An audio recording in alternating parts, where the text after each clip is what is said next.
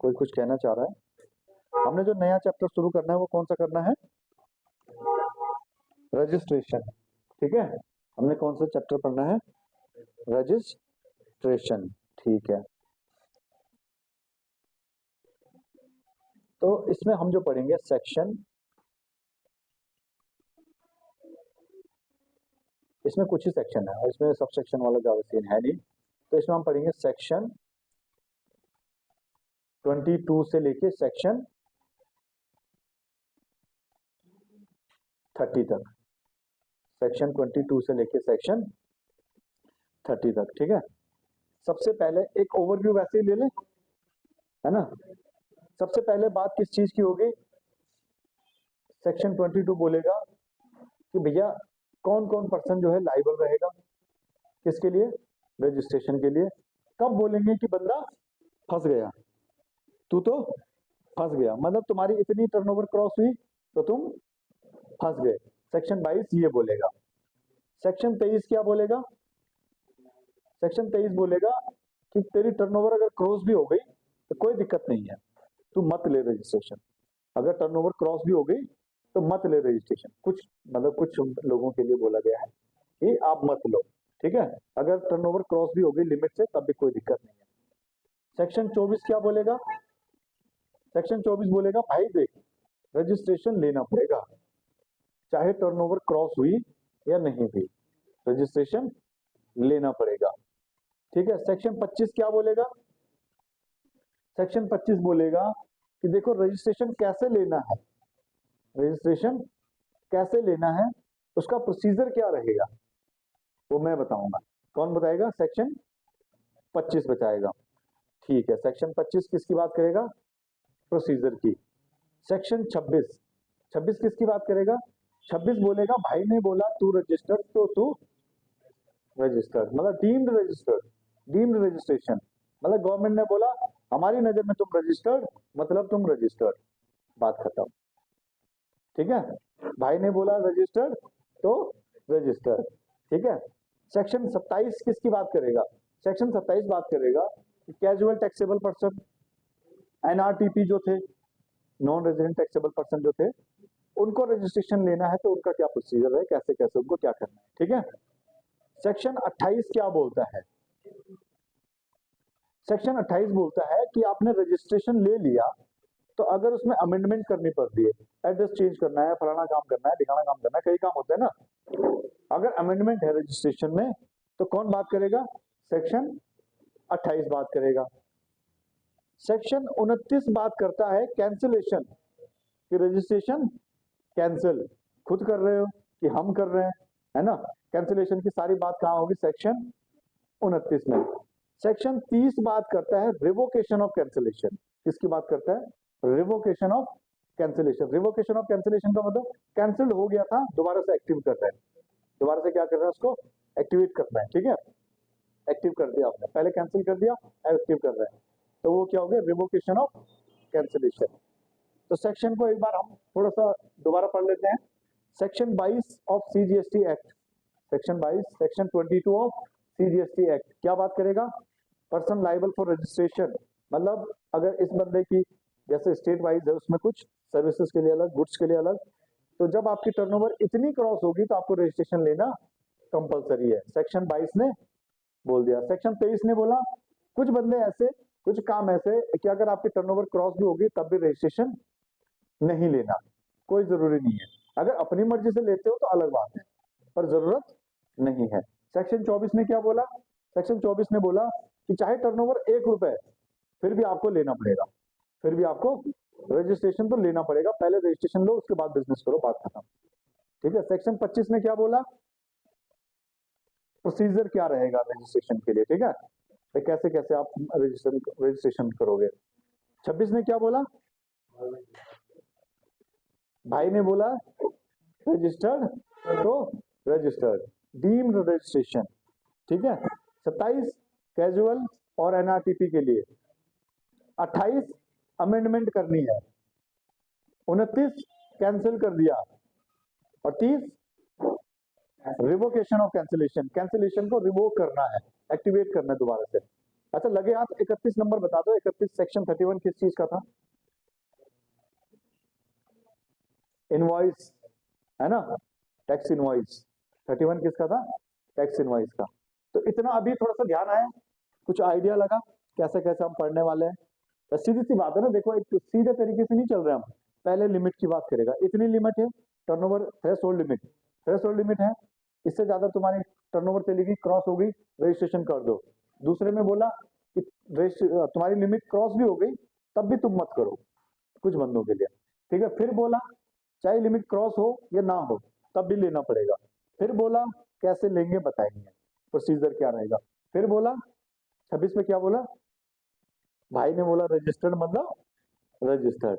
27 में क्या बोला, एनआरटीपी और कैजुअल टैक्सेबल पर्सन, ठीक है, उनके लिए। 28 पे क्या बोला, अमेंडमेंट, आपने रजिस्ट्रेशन करवाया जीएसटी में, अमेंडमेंट करनी है, ठीक है, सेक्शन 28 पढ़ो। 29 के लिए क्या बोला, कैंसिलेशन ऑफ रजिस्ट्रेशन, रजिस्टर्ड था पहले, कैंसिल कर दिया, तुमने खुद किया या गवर्नमेंट ने कर दिया, ठीक है। 30 में क्या बोला, रिवोकेशन, मतलब जो कैंसिलेशन किया था उसको रिवोक करना है, रिवोक करने वाला वापस लेना, हटाना है, ठीक है, कैंसिलेशन को रिवोक करना है, ठीक है। तो ये सेक्शन हमने इस चैप्टर में पढ़ने हैं। रजिस्ट्रेशन वाला जो चैप्टर है हमारा, उसमें हमने सेक्शन 22 से लेके सेक्शन 30 तक पढ़ना है। क्लियर हो गया इतना? अब चले अपने चैप्टर की तरफ, चलो चलते हैं आगे।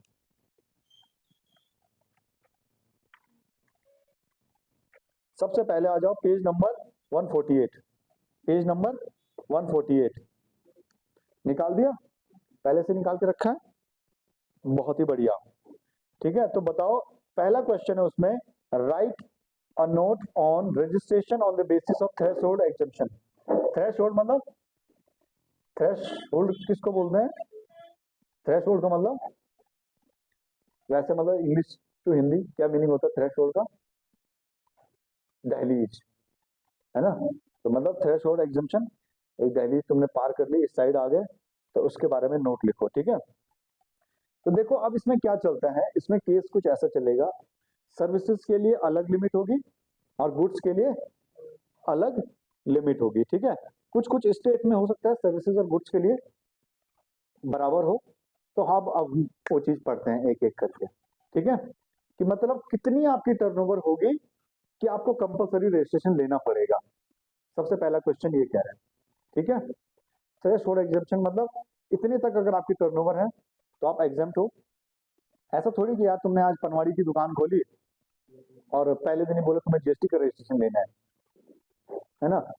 ऐसा थोड़ी कि जैसे दिया और सोनिया यहाँ से कोर्स कंप्लीट करने के बाद चाय की ठेली लगाएंगे तो पहले दिन ही इनको इन्होंने जीएसटी पढ़ा, तो इसका मतलब ये थोड़ी कि जीएसटी में रजिस्ट्रेशन लेना पड़ेगा, है ना। जब ये बड़ी बड़े या चाय वाला बनेंगे तब तब लेंगे ना रजिस्ट्रेशन, तो उसके लिए लिमिट है कुछ, ठीक है। चलो अब देखते हैं पहले, write a note on registration on the basis of threshold exemption as per section 22। कौन सा सेक्शन? 22 कहता है एवरी सप्लायर ऑफ गुड्स और services or both shall be liable to be registered in the state union territory if his aggregate turnover in a financial year exceeds the threshold limit which is given below। देखो मणिपुर, मिजोरम, नागालैंड और त्रिपुरा, मणिपुर, मिजोरम, नागालैंड और त्रिपुरा, इनके लिए limit क्या है? जहां देखो या तो सर्विसेज भी हैं, सर्विसेज और गुड्स दोनों चीज है, या फिर खाली सर्विसेज है, तो लिमिट कितनी है? 10 लाख। देखो यहाँ पर देखो गुड्स के केस में भी 10 लाख है, ठीक है, इन स्टेट्स के लिए 10-10 लाख है, मणिपुर, मिजोरम, नागालैंड और त्रिपुरा, इन स्टेट्स के लिए 10-10 लाख, क्लियर है। उसके बाद देखो अरुणाचल प्रदेश, मेघालय, पांडुचेरी, सिक्किम, तेलंगाना और उत्तराखंड, इनके लिए 20-20 लाख, इनके लिए कितनी है? 20 लाख। तो एज आप उत्तराखंड में बैठे हो तो आप क्या बोल के चलोगे कि भैया जिसकी 20 लाख क्रॉस हो जाती है वो, उसको जीएसटी नंबर लेने की जरूरत नहीं है, नहीं सॉरी, जिसकी 20 लाख क्रॉस हो जाती है उसको लेने की जरूरत है। अगर आपकी 20 लाख तक टर्नओवर है तो आपको जीएसटी नंबर लेने की जरूरत नहीं है, ठीक है। पर 20 लाख क्या होनी चाहिए आपकी? एग्रीगेट टर्नओवर होनी चाहिए, एग्रीगेट टर्नओवर। अच्छा, aggregate turnover for this purpose क्या मतलब है एग्रीगेट टर्नओवर का?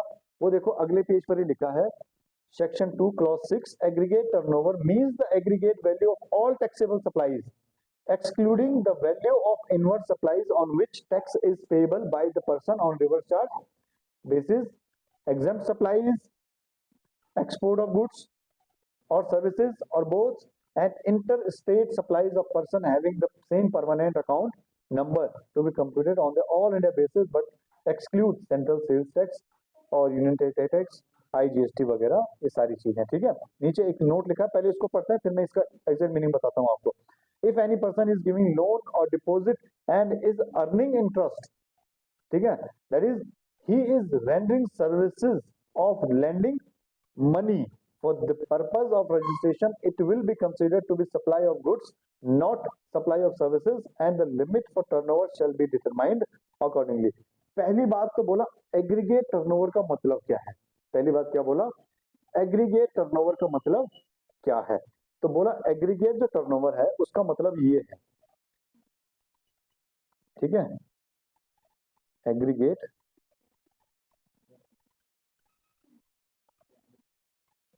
टर्नओवर,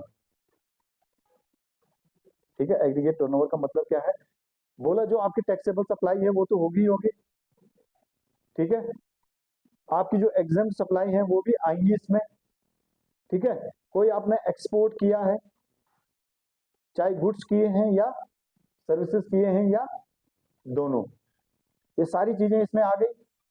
बट इसमें क्या नहीं आएगा, कुछ ऐसी सप्लाईज भी होंगी जिस पर आपको क्या करना है, रिवर्स चार्ज में टैक्स पे करना है, रिवर्स चार्ज में टैक्स पे करना है, उसको हटा दो, ठीक है। इसके ऊपर जब आपने सेल की होगी टैक्सेबल सप्लाई, तो आपने टैक्स भी तो चार्ज किया होगा, टैक्स कौन सा, या तो SGST, CGST, IGST, ये सारी चीजें चार्ज की होंगी, तो इनको भी हटा दो। तो एग्रीगेट टर्नओवर में एक इसको हटा दो, एक इसको हटा दो, बाकी सारी चीजें ले लो, तो एग्रीगेट टर्नओवर का मतलब वो है यहाँ पर आपका। समझ आया सौम्या, कोई डाउट, यहाँ तक क्लियर है। अच्छा एक लाइन और नीचे कह रहा है कोई बंदा अगर क्या काम कर रहा है, कोई बंदा अगर पैसे दे रहा है, पैसे दे रहा है, भाई इसको पैसे दे रहा है, मैंने इसको पैसे दिए उधार पे और इससे मैंने क्या कमाया, इंटरेस्ट कमाया, तो कह रहा है यहाँ पर वो क्या कर रहा है, लैंड कर रहा है मनी, है ना, लैंडिंग ऑफ मनी कर रहा है ना, पैसे उधार पे दे रहा है और उससे क्या कमा रहा है, ब्याज कमा रहा है, तो कह रहा है वो जो उसने ब्याज कमाया है ना उसको सप्लाई ऑफ गुड्स माना जाएगा, यहाँ पे ये क्या हो जाएगा, सप्लाई ऑफ गुड्स, न कि सप्लाई ऑफ सर्विस, ठीक है। तो यहाँ पर क्या है, ये गुड्स है, सर्विस, ये सप्लाई ऑफ गुड्स है, और जो उसकी लिमिट होगी वो गुड्स के अकॉर्डिंग ही होगी, ठीक है, सर्विसेज के अकॉर्डिंग नहीं होगी। इतनी सी लाइन वो बाद में कह रहा है। ऊपर वाली लाइन एग्रीगेट टर्नओवर के लिए क्या बोला कि आपकी टैक्सेबल सप्लाईज ले लो, एग्जेम्प्ट ले लो, एक्सपोर्ट किया है वो ले लो, एक्सपोर्ट में आपने गुड्स किया है, सर्विसेज किया है, टैक्सेबल सप्लाई, एग्जेम्प्ट सप्लाई किसी भी चीज की दी है सारी ले लो, एक्सक्लूड किसको कर लो, जो आप रिवर्स चार्ज में टैक्स पे करने वाले हो उस वैल्यू को हटा दो, और उसके ऊपर जो आपने टैक्स वगैरह जो आपने सप्लाईज की हैं इनमें से कोई भी, इसके ऊपर अगर आपने कोई टैक्स लगाया है तो उस टैक्स को हटा दो। टैक्स कौन सा वाला, GST वाला, ठीक है, क्लियर हो गया, समझ आ गया। तो ये स्टेट्स में कौन कौन है, अरुणाचल, मेघालय, पांडिचेरी, सिक्किम, तेलंगाना, उत्तराखंड, इनके लिए 20-20 लाख। बाकी सारी स्टेट्स के लिए, अदर रिमेनिंग स्टेट्स के लिए, अगर देखो बंदा सर्विसेज दे रहा है, अगर बंदा क्या दे रहा है, सर्विसेज दे रहा है तो 20 लाख रुपए लिमिट, अगर सर्विसेज प्लस गुड्स दे रहा है तो 20 लाख रुपए लिमिट, अगर खाली गुड्स दे रहा है तो 40 लाख रुपए लिमिट। समझ गए, क्या समझे, कि अगर कोई बंदा सिर्फ और सिर्फ गुड्स में ही डील कर रहा है, सिर्फ किसमें, गुड्स में ही डील कर रहा है, तो उसके लिए लिमिट है 40 लाख रुपए, उसके लिए लिमिट कितनी है, 40 लाख रुपए। पर अगर उसने बीच में सर्विसेज भी दे दी, किसकी सर्विसेज दे दी अपने साथ में, गुड्स के साथ साथ में उसने क्या दे दी, सर्विसेज दे दी, तो उसके लिए लिमिट क्या बन जाएगी, 20 लाख रुपए। समझ गए, फिर गुड्स और सर्विसेज दोनों को मिलाएंगे और 20 लाख रुपए कैलकुलेट करेंगे, और उसके बाद अगर क्रॉस हो गया तो रजिस्टर, ठीक है। तो क्या समझे पहले क्वेश्चन से, देखो कुछ स्टेट के लिए 10 लाख, कुछ स्टेट के लिए 20 लाख, गुड्स और सर्विसेज दोनों के केस में, बाकी सब बच्चे स्टेट्स के लिए 20 लाख और 40 लाख। अगर बंदा सिर्फ और सिर्फ गुड्स बेच रहा है, सामान बेच रहा है, कोई सर्विसेज नहीं दे रहा है, तो कितनी लिमिट, 40 लाख। अगर कोई बंदा गुड्स भी बेच रहा है और सर्विस भी बेच रहा है, तो अगर कोई बंदा खाली सर्विस दे रहा है तो 20 लाख। वेरी गुड, समझ आ गया।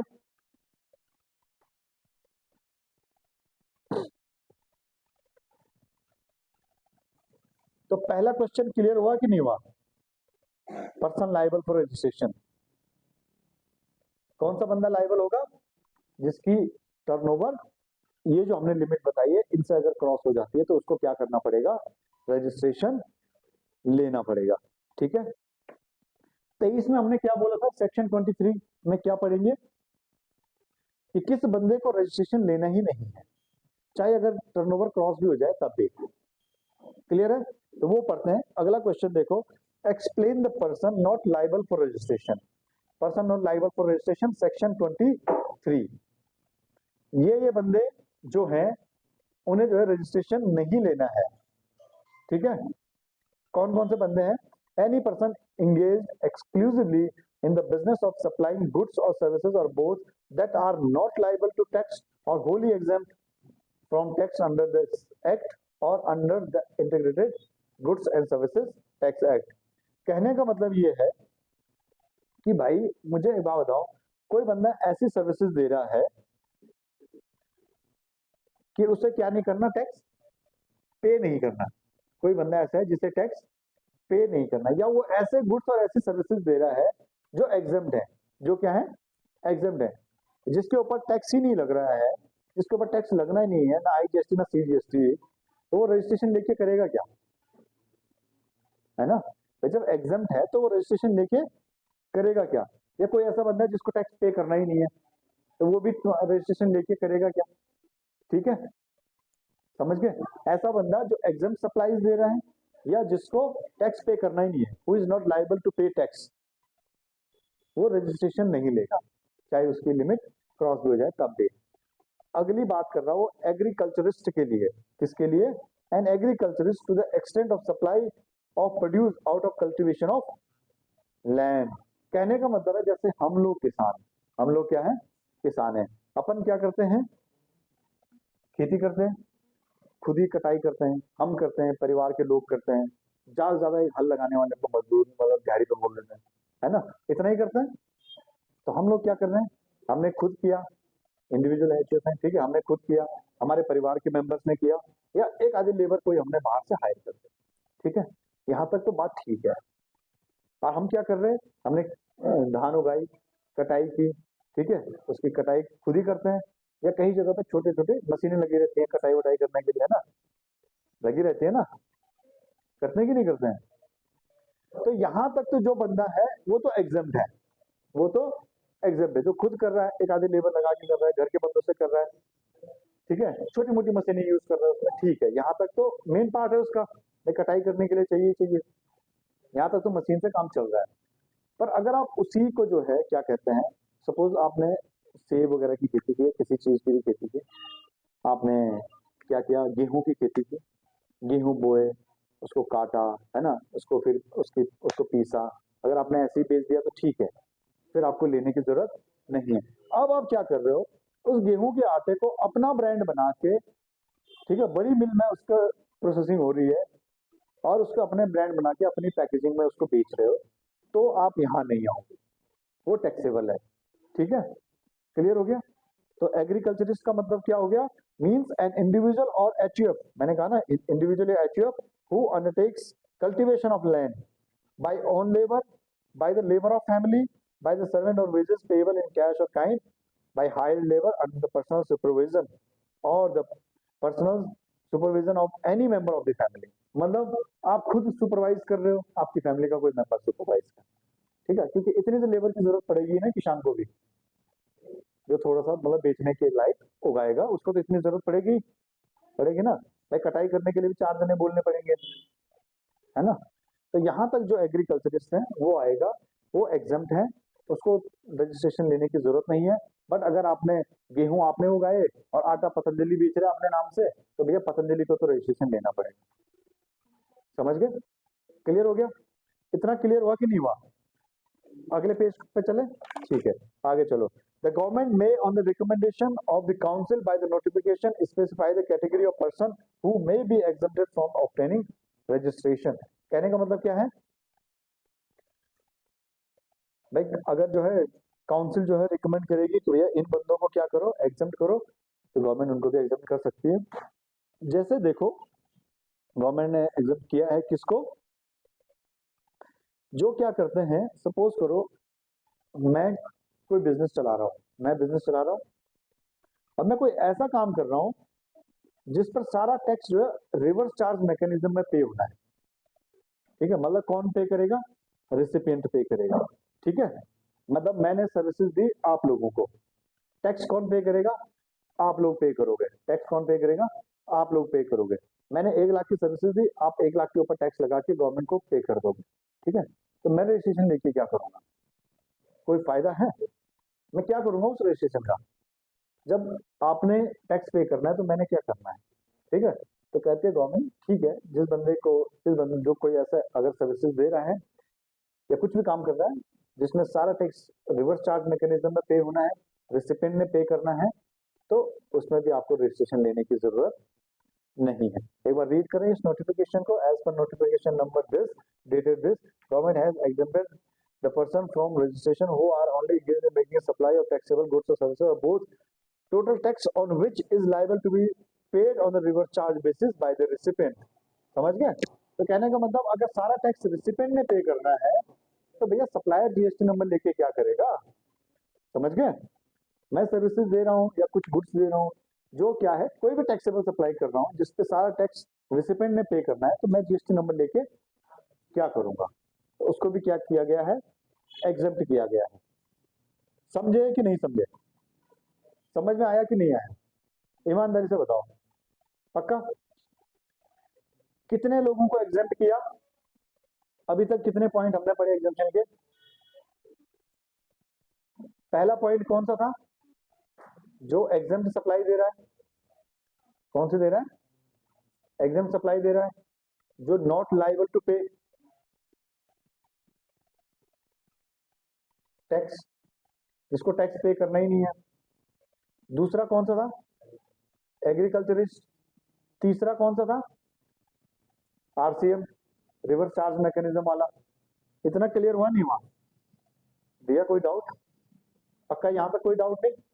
पहले सेक्शन 22 में किसकी बात की थी, लिमिट की, कुछ स्टेट के लिए 10, कुछ स्टेट के लिए 20, बाकी सबके लिए 20 और 40। 20 कब, जब आप गुड्स और सर्विसेज दोनों चीज दे रहे हो या खाली सर्विसेज दे रहे हो। 40 कब, जब आप खाली गुड्स दे रहे हो। ठीक है, क्लियर हो गया, 22 क्लियर हो गया, 23 क्लियर हो गया, सेक्शन 22 क्लियर, सेक्शन 23 क्लियर। कोई डाउट, अभी बता दो। राणा आप सो रहे थे, बताओ कुछ, जाग रहे हो, चलो ठीक है।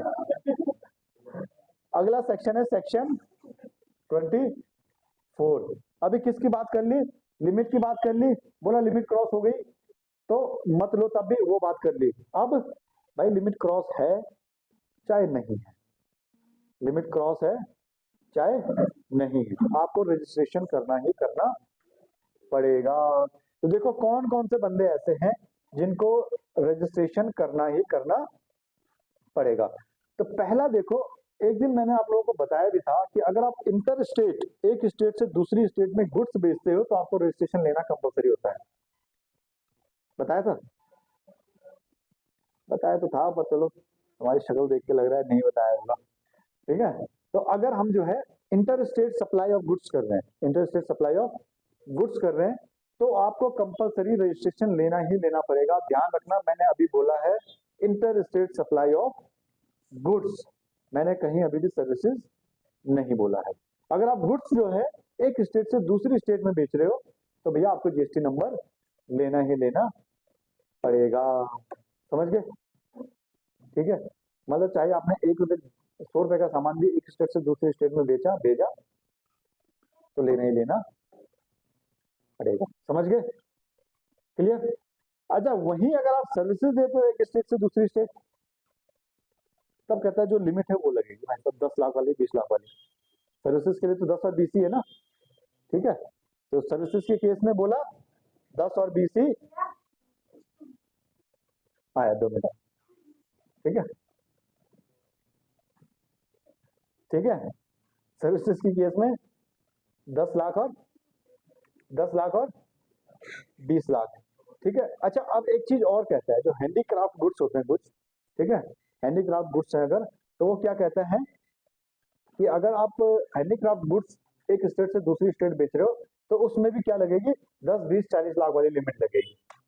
क्लियर हो गया? अरे जो हाथ से बनते हैं उसमें थोड़ी बहुत मशीनरी भी यूज कर सकते हैं, ऐसी बात नहीं है, ठीक है। गवर्नमेंट भी चाहती है ना कि भैया खादी इंडिया का वो करो, तुम प्रचार करो, है ना, वो बनाओ जो महात्मा गांधी बनाते थे। हाँ, ठीक है, मतलब ऐसे काम करो, हैंडीक्राफ्ट गुड्स जो हाथ से बनते हैं, ठीक है, और जिसमें थोड़ी बहुत मशीनरी भी यूज हो सकती है, कोई दिक्कत नहीं। तो अगर ऐसे गुड्स आप इंटरस्टेट बेच रहे हो, तो इसका मतलब आप देश का भला कर रहे हो ना। तो कहते हैं कोई बात नहीं, तुम बेचो भाई, तुम बढ़िया बंदे हो, तुम बेचो, तुम्हारी लिमिट लगाएंगे 10, 20, 40 वाली। 10, 20, 40 मतलब कुछ स्टेट के लिए 10, कुछ के लिए 20 और बाकी के लिए 40। ठीक है, क्लियर हो रहा है? इसी पॉइंट में हमने 3 चीजें पढ़ी। अगर आप गुड्स इंटरस्टेट बेचते हो तो कोई लिमिट नहीं देखनी, रजिस्ट्रेशन लो भाई साहब, उसके बाद बेचो। अगर सर्विसेज बेचते हो तो 10 लाख और 20 लाख वाली लिमिट। अगर हैंडीक्राफ्ट गुड्स बेचते हो तो 10, 20, 40 वाली लिमिट। समझ गए? क्लियर? ठीक है। कैजुअल टैक्सेबल पर्सन हो, यूपी के, आए हो दिल्ली में कुछ दिन व्यापार करने के लिए, पहले जीएसटी नंबर लो, बताया था। हाँ, ठीक है, दूसरी स्टेट से कोई आया है तो लेना पड़ेगा, पहले जीएसटी नंबर लो, उसके बाद बिजनेस करेंगे। बोला था कितने दिन पहले लेना पड़ेगा, ये शायद हमने पढ़ा था 1-2 महीने पहले, शायद 5 दिन था। मत भूलो इतनी जल्दी। हाँ, पहले भी ले सकते हो। कितने दिन के लिए वैलिड होता है वो रजिस्ट्रेशन? 90 दिनों के लिए, ठीक है। तो 15 दिन पहले ले लिया, देख लो फिर कहाँ के हमारा कैंसिल हो जाएगा, ठीक है। उसके बाद और क्या बोला था, कितने दिन बढ़ा सकते हैं, ठीक है। तो अब आगे चलते हैं। Non resident taxable person, non resident taxable person. अच्छा, एक बात बताओ, जैसे ये जो बंदा है कैजुअल टैक्सेबल पर्सन, अगर वो हैंडीक्राफ्ट गुड्स बेच रहा हो तो उसके लिए भी बोला भाई तुम एक काम करो, तुम भी बढ़िया काम कर रहे हो, करो, तुम भी, तुम्हारे लिए भी क्या देखेंगे, लिमिट देखेंगे, जो लिमिट है वो वाली, ठीक है।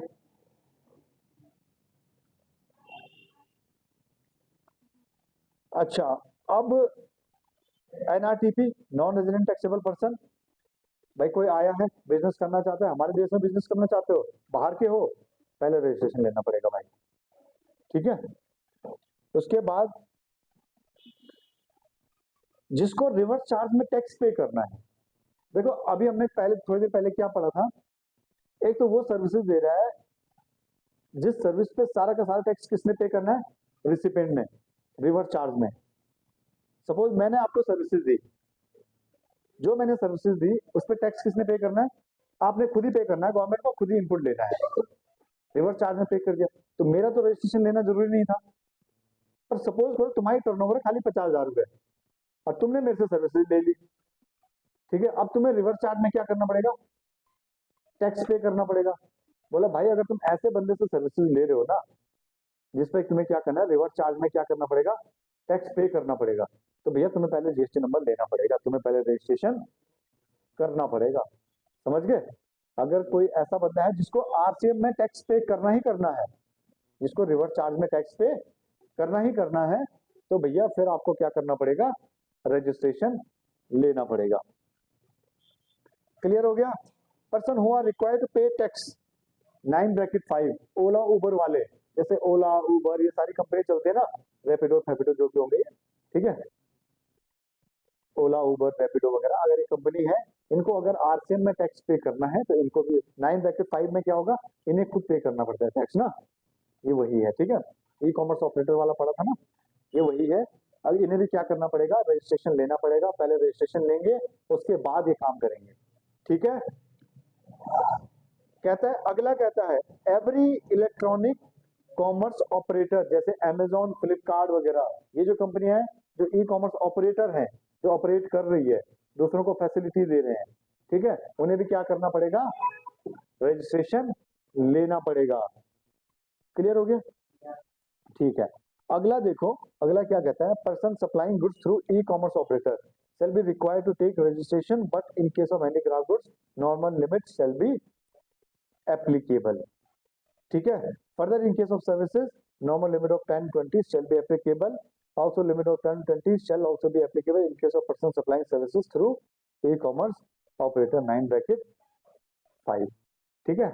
कहने का मतलब है कि भाई अगर आप जो है ऑनलाइन कोई सेल करना चाहते हो तो आपको क्या करना पड़ेगा, रजिस्ट्रेशन लेना पड़ेगा। अमेजोन वगैरह पे सेल करना चाहते हो तो रजिस्ट्रेशन लेना पड़ेगा। अच्छा, उसके बाद अगर आप सर्विसेज देते हो तो ई कॉमर्स ऑपरेटर के थ्रू तो लिमिट जो 10-20 लाख की है वो लगेगी। क्लियर है। उसके बाद एक पॉइंट जो बुक में नहीं है वो अलग से है। क्या पॉइंट है वो, कि अगर अभी हमने क्या पढ़ा कि ई कॉमर्स ऑपरेटर में अगर आप रजिस्ट्रेशन करोगे तभी आप टर्न सेल कर सकते हो। वो कहता है कि देखो ई कॉमर्स ऑपरेटर के थ्रू भी अगर आप सेल करना चाहते हो तो बेसिक एग्जेप्शन लिमिट तक आपको अलाउड है, पर only in case of intra state, only in case of intra state. मतलब अगर आप अपनी स्टेट में ही माल बेचोगे तब आप नॉर्मल लिमिट तक ऑनलाइन सेल कर सकते हो। और अगर आपने ऑल ओवर इंडिया बेचना है या बाहर के कंट्री में बेचना है तो पहले रजिस्ट्रेशन लेना पड़ेगा। इतना समझ आया कि नहीं आया? पहले यहां तक कोई डाउट बताओ। कोई डाउट नहीं है? किसी को कोई डाउट यहां तक पढ़ के बताओ।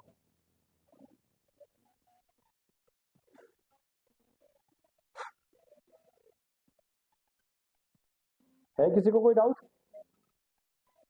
सेक्शन 22, सेक्शन 23 और सेक्शन 24, 22, 23, 24, तीन सेक्शन में किसी को कोई डाउट? तीन सेक्शन में किसी को कोई डाउट? तीनों सेक्शन याद हो गए? हेडिंग 22 किसके लिए? लिमिट, इतनी लिमिट क्रॉस रजिस्ट्रेशन लो। 23 किसके लिए? एग्जाम, कोई रजिस्ट्रेशन की जरूरत नहीं। 24 किसके लिए? लेना पड़ेगा। तो सारे पॉइंट क्लियर हो गए? सारे पॉइंट क्लियर हो गए? कोई पॉइंट ऐसा जो समझ ना आ रहा हो? कोई नहीं ऐसा पॉइंट? ठीक है, ठीक है। तो एक काम करते हैं, पहले इतना पढ़ो, ठीक है, इतना ही करते हैं, फिर प्रोसीजर वाला, डीम्ड वाला और उसके बाद एनआरटीपी वाला एक क्लास में कर लेंगे। हो सका तो बाकी के तीन भी एक ही क्लास में कर लेंगे। ठीक है, क्लियर? इतना बहुत है आज के लिए।